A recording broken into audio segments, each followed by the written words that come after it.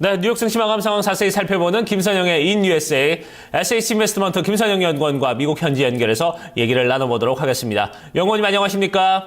네, 안녕하십니까. 김선영입니다. 네.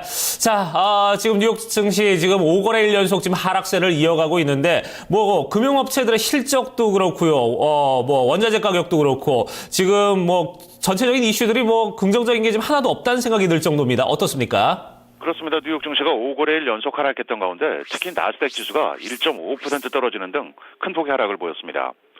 미국 최대 은행인 JP 모건 체이스가 어제 부진한 실적을 발표한 데 이어 오늘은 자산 기준 2위 업체인 뱅크 오브 아메리카와 시티그룹 역시 예상에 크게 미치지 못한 실적을 내놓은 데 따라 각각 5%대 급락세를 보인 것이 금융업을 비롯해 증시 전반에 큰 악재가 된 데다 개장 초 잠시 반등했던 국제 원유 가격이 곧바로 하락 반전된 후 결국 4%가 넘는 급락세로 마감된 것이 투자 심리에 큰 부정적인 영향을 주었습니다. 또한 여기 오늘 발표된 경제 지표들이 엇갈린 모습을 보이면서 증시의 방향성을 제시하지 못했는데요.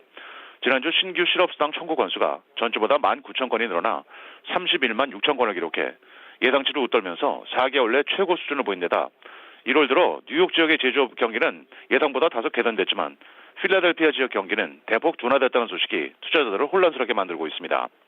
한편 스위스 중앙은행인 S&P가 마이너스 기준금리 폭을 확대하고 전격적으로 3년 만에 최저 환율제를 폐지한다고 발표한 것은 큰 뉴스였는데요.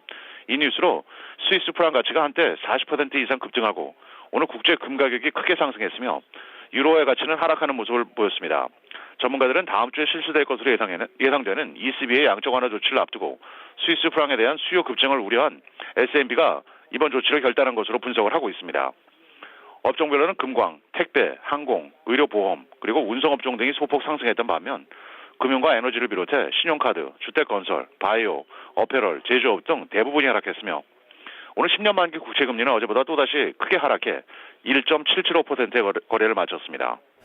네, 자, 다음 주에 지금 IMF의 이 세계 경제 전망 발표가 지금 앞두고 있는데 거기에 대해서 이제 크리스틴 라가르드 총재의 발언이 지금 주목을 받고 있습니다. 전체적으로 좀 올해 세계 경제에 대한 비관론이 지금 제시가 되고 있어요. 그렇습니다. 국제통화기금 IMF의 크리스틴 라가르드 총재가 다음 주 예정되어 있는 IMF의 공식적인 경제 전망 발표를 앞두고 올해 전 세계 경제에 대해 부정적인 전망을 했습니다.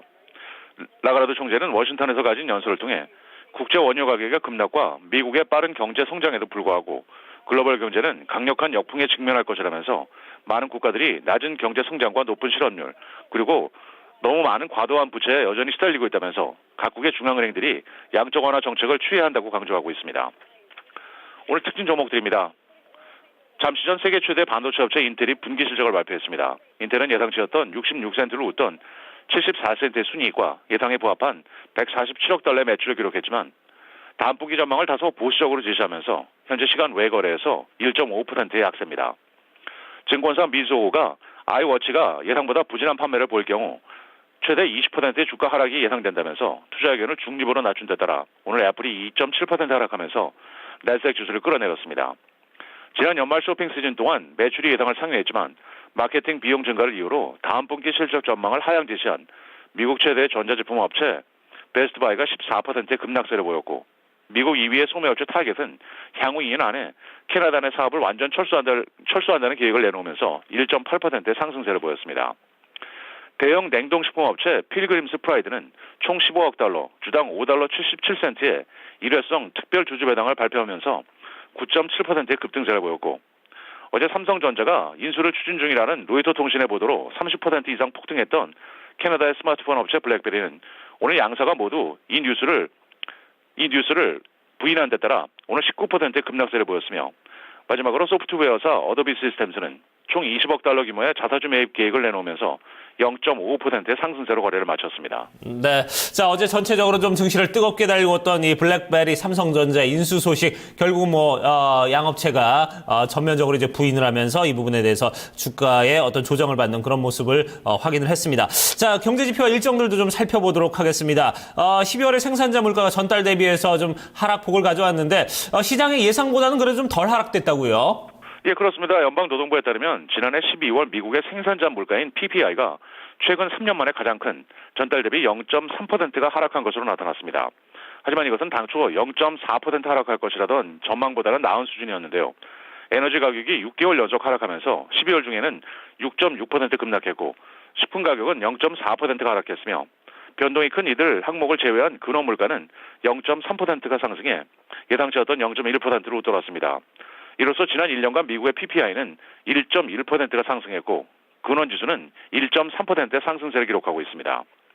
마지막으로 내일은 12월 소비자 물가 지수인 CPI, 연방준비제도가 발표하는 12월의 산업 생산, 미시간 대학의 1월 소비자 태도 지수 등의 경제 지표와 함께 금융사인 골드만삭스, 찰스 슈왑, 선트러스트 그리고 PNC 뱅크 등이 지난 분기 실적을 내놓을 예정입니다. 네, 영원님, 이번 주 한 주 동안 계속해서 뉴욕 증시 좋지 않지 않았습니까? 다음 주 어떻게 현지에서는 어떻게 좀 나아질 거라고 전망을 하고 있습니까? 어떻습니까? 아무래도 지금 가장 중요한 지지선이었던 51선이 S&P가 무너진 상황이기 때문에 하루 이틀 약세가 이어질 수 있다는 전망이 우세한 상황입니다. 네, 알겠습니다. 오늘도 좋은 말씀 고맙습니다. 네, 고맙습니다. 네.